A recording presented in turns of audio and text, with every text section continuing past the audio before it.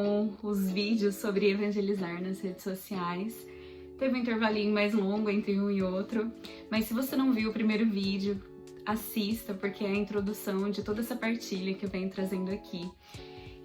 Normalmente eu faço as minhas partilhas no Instagram, só que esses vídeos são um pouquinho mais longos e a gente sabe que o Instagram ele não tem a finalidade da gente trazer vídeos com muitos minutos, então por isso que eu trouxe aqui para o YouTube. E vamos lá, porque hoje a gente vai falar sobre o que postar. Eu falei que eu ia trazer umas dicas práticas, então eu vou fazer aqui alguma introdução, a gente vai falar sobre alguns pontos e depois a gente vai falar dicas práticas, que é quase o ponto menos importante de tudo isso, porque a gente precisa saber o conceito, o que postar, mas naquela raiz primeiro, para depois a gente falar os pontos práticos, certo? Queria fazer uma partilha com vocês para a gente começar. O que postar? Para poder fazer esse conteúdo, eu rezei. Eu fiz a minha oração e perguntei a Deus: Senhor, o que eu devo falar sobre esse ponto? Então, isso é uma coisa importante para que você já leve para sua vida. A gente sempre discernir, né? O que é discernir? É você saber o que fazer diante da voz de Deus, da palavra de Deus. Então, você escuta de Deus aquilo que é prudente você dizer, vamos falar assim, né? Vamos usar essas palavras.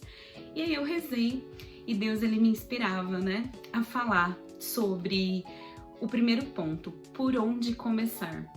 A gente pode lembrar daquela passagem de Jesus com os discípulos, em que Jesus fala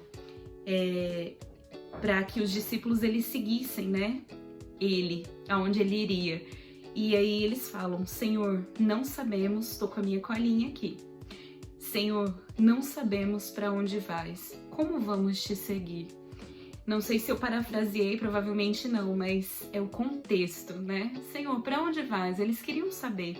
E a resposta de Jesus foi: eu sou o caminho, a verdade e a vida. Então, quando a gente traz isso para nossa realidade, porque se você está assistindo esse vídeo, eu acredito que você deseja expressar Deus nas suas redes sociais, comunicar Deus para as pessoas. E pensando nessa passagem, o que a gente pode trazer isso para a nossa realidade nesse assunto? O caminho para começar é Jesus. O que isso significa, Geise? O caminho para começar é você começar a olhar para a vida de Jesus, o que ele fazia para evangelizar as outras pessoas, como ele vivia e o que ele me ensina com isso. Uma forma de fazer isso é você viver o seu estudo bíblico, é você viver a leitura da palavra todos os dias. Por quê? Porque quando você vive aquele estudo bíblico, aquele momento de oração com a palavra de Deus, você está aprendendo, ao mesmo tempo que você está rezando, mas você está aprendendo o que Jesus vivia, o que ele falava, o que ele fazia. Então você pode trazer isso e ir adaptando para os dias de hoje nas suas redes sociais. Ficou claro? Então a gente vai para o segundo ponto. O testemunho. O que postar? O testemunho. Isso parece óbvio, né? Mas às vezes a gente precisa dizer isso porque a gente tem uma tendência muito estranha, eu diria assim. Que a nossa tendência é falar daquilo que a gente ainda não vive, mas às vezes a gente acha que vive, ou a gente é vaidoso mesmo e a gente quer ser bom, apesar de não conseguir viver aquilo ainda, mas a gente quer passar a percepção para as pessoas de que é bom. E Jesus, ele arrastava multidões, porque ele vivia o que ele pregava. Ele não usava só aquelas palavras. As pessoas olhavam para a vida dele e falavam: ele vive isso, é possível de ser vivido porque ele vive isso. E aquilo que eu de fato vivo, as pessoas elas vão acreditar quando eu falar, porque elas vão estar vendo, elas vão olhar e vão falar: olha, isso é possível. Esses dias eu participei de uma live relacionada à maternidade e vida missionária, que a gente falou exatamente isso. Por que é possível viver as duas realidades que eu vivo, por exemplo? Porque assim, né? Por que que é possível? Claro, por causa de Deus. Mas por que que as pessoas acreditam que é possível? Porque elas veem eu vivendo, e não só eu, como milhares e milhares de mães aí que pelo mundo afora que também vivem. Então, por exemplo, quando eu falo da missa diária, eu preciso, no mínimo, estar lutando para viver ela. Quando eu vou falar sobre uma realidade da vida de oração, do terço, eu pelo menos preciso estar lutando para viver aquela realidade. E às vezes a gente sabe que o óbvio, ele precisa ser dito. Então, por isso eu achei importante trazer esse ponto, né, do testemunho. Eu falo daquilo que eu vivo, daquilo pelo menos que eu estou lutando para viver e para alcançar. Da mesma forma que quando eu falo de família, eu não posso estar com a minha família toda desestruturada, cheia de brigas, um caos, e aí de repente estar ali na internet partilhando uma outra realidade, como se estivesse tudo bem e tudo lindo, né? Então, que a gente consiga, né, levar a verdade no testemunho. E aí a gente vai para o terceiro ponto do que postar. Não fingir a vida perfeita. Às vezes, né, a gente olha para quando a gente fala dos influenciadores, das pessoas que estão muito presentes na internet, a gente vê aqueles blogueiras, né, as blogueiras que tem a vida perfeita e a gente acha que é tudo perfeito, que é tudo lindo, que a pessoa tá sempre arrumada, sempre de maquiagem, sempre de roupa nova, que não sei o que. Inclusive, eu coloquei o vestido que eu mais gosto por causa do vídeo, mas eu não tenho roupa assim no dia a dia. Mas a gente precisa focar muito na nossa verdade. Quando a gente fala do segundo ponto do testemunho, a gente pode trazer isso pro terceiro ponto. Não finja que você tem a vida perfeita. Se você tem desafios, faça o discernimento, reze para ver o que você pode ter aprendido daqueles desafios depois que você passou por eles e o que você pode ensinar para as pessoas. Então você não precisa desprezar o sofrimento. E você também não precisa expor ele na internet 100%. Mas o que você pode discernir para levar para a internet? Então, eu não posso mostrar a vida perfeita, mas eu também não vou levar toda a minha vida imperfeita. Mas o que eu aprendi daquilo? Então eu vou rezar, eu vou perceber o que eu amadureci, o que eu cresci, o que eu aprendi. E de repente eu levo o aprendizado daquela dor. Então as pessoas, elas vão ficar, porque elas vão tocar na verdade da sua vida, daquilo que você vive. E é importante que você aprenda também a dar um sentido para aquilo que você vive como desafio, porque esses sentidos também se tornam conteúdo para a sua evangelização.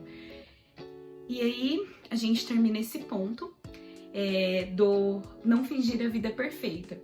E uma coisa que eu marquei aqui relacionada a esse ponto é que a rede social, ela não pode se tornar o canal de fofocas da minha vida. Ele poderia ser até um quarto ponto esse, porque eu não tô ali para contar tudo da minha vida. E às vezes eu falo coisas até fúteis só para poder ter um conteúdo naquele dia. O ideal é que a gente vá realmente rezando, discernindo, pensando o que isso agrega na vida do outro. Certo? E aí a gente vai para o próximo ponto, a autoridade. Por que Jesus ele era ouvido? Eu tô dando sempre o exemplo de Jesus porque a gente tá com essa finalidade, né? Se é evangelizar, a gente falou no primeiro ponto por onde começar era olhando a vida de Jesus. Então por isso que eu tô trazendo Jesus como um modelo pra gente poder evangelizar. Por que Jesus ele era ouvido? Nesse ponto da autoridade eu queria falar sobre isso. Jesus ele se tornou autoridade naquela época, naquilo que ele falava, exatamente por ele ter vivido, por ele viver, né, o testemunho, a experiência, porque ele tinha aquela intimidade com o Pai, ele tinha a autoridade para falar sobre isso. Quando a gente vive o testemunho, como eu fui colocando para vocês os outros pontos, quando ele vive essa intimidade com Deus, ele passa a ter essa autoridade porque é algo que ele vive na carne dele, ele vive isso. E quando a gente traz a nossa verdade na evangelização, a gente consegue ter autoridade para falar sobre aquilo, porque é algo que você vive. E aí a gente passa para o próximo ponto, né? A gente está no quinto ponto. O conteúdo prático. Finalmente, nesse quinto ponto, o que postar? Que você pode estar pensando, né? a finalidade do vídeo era para falar sobre isso. O que eu posso postar então? Vou dar alguns exemplos, mas você pode pensar em milhares deles aí, fazer o seu conteúdo, enfim. Como a gente falou no primeiro vídeo, assista ele se você não assistiu, sobre a sua missão pessoal, que as pessoas vão ser alcançadas por cada um na forma de ser daquela pessoa. Mas, vamos lá, o que podemos postar? O nosso dia a dia, né? O seu trabalho, a sua missa, a sua família, a sua oração da manhã, enfim. O seu trabalho, como eu disse, um dom seu. Você tem o dom de cantar, você tem o dom de pintar, você tem o dom de rezar, você tem algum dom aí específico de dançar. E aí você pode compartilhar. A sua organização, como você se organiza na casa, na rotina, na alimentação com a família, ou você sozinho. As suas atividades físicas, né? A finalidade do porquê você faz aquilo, né? Para o seu bem-estar, como você chegou naquele objetivo ali, assim, né? Vamos dizer assim. O porquê que você decidiu fazer aquilo. E como você faz para poder se organizar no dia para rezar. Enfim, foram diquinhas, assim, algumas que eu fui trazendo de coisas que eu vou aplicando na minha vida. E no primeiro vídeo eu também contei por que eu comecei aqui na internet a fazer algumas partilhas no meu namoro, no meu noivado, depois que eu virei mãe, né? E uma coisa que eu sempre levo assim pra minha vida é: isso aqui vai ajudar alguém? Eu vou postar se eu percebo que isso ajuda. Então, você pode fazer essa pergunta durante o seu dia. Ah, isso aqui eu vou postar, mas isso aqui vai motivar? Isso aqui vai tirar o foco das pessoas? Ou isso aqui não tem nada a ver, ou é legal, ou vai falar mais sobre mim para as pessoas que estão aqui? Então, você pode ir fazendo essa pergunta. Isso agrega algo? E o último ponto pra gente encerrar esse vídeo. Não seja chato. Eu não gosto de usar essas palavras mais assim, né? Mas é mais pra ser direto. O último ponto, né, que é o 6º ponto, não seja chato. Por quê? Porque evangelizar não é ficar falando só sobre Deus, porque todo dia eu só vou postar versículo, porque eu só vou postar os eventos da comunidade, porque eu só vou dar lição de moral, porque eu só vou postar foto de imagem. Não é isso. Eu até anotei uma frase que evangelizar é viver uma vida natural que aponta para o sobrenatural. Evangelizar é viver uma vida natural que aponta para o sobrenatural, ou seja, a sua vida vai apontando para Deus. Então a gente encerra esse 2º vídeo. Fique aí, vou tentar trazer mais algumas partilhas para vocês. Tchau, tchau!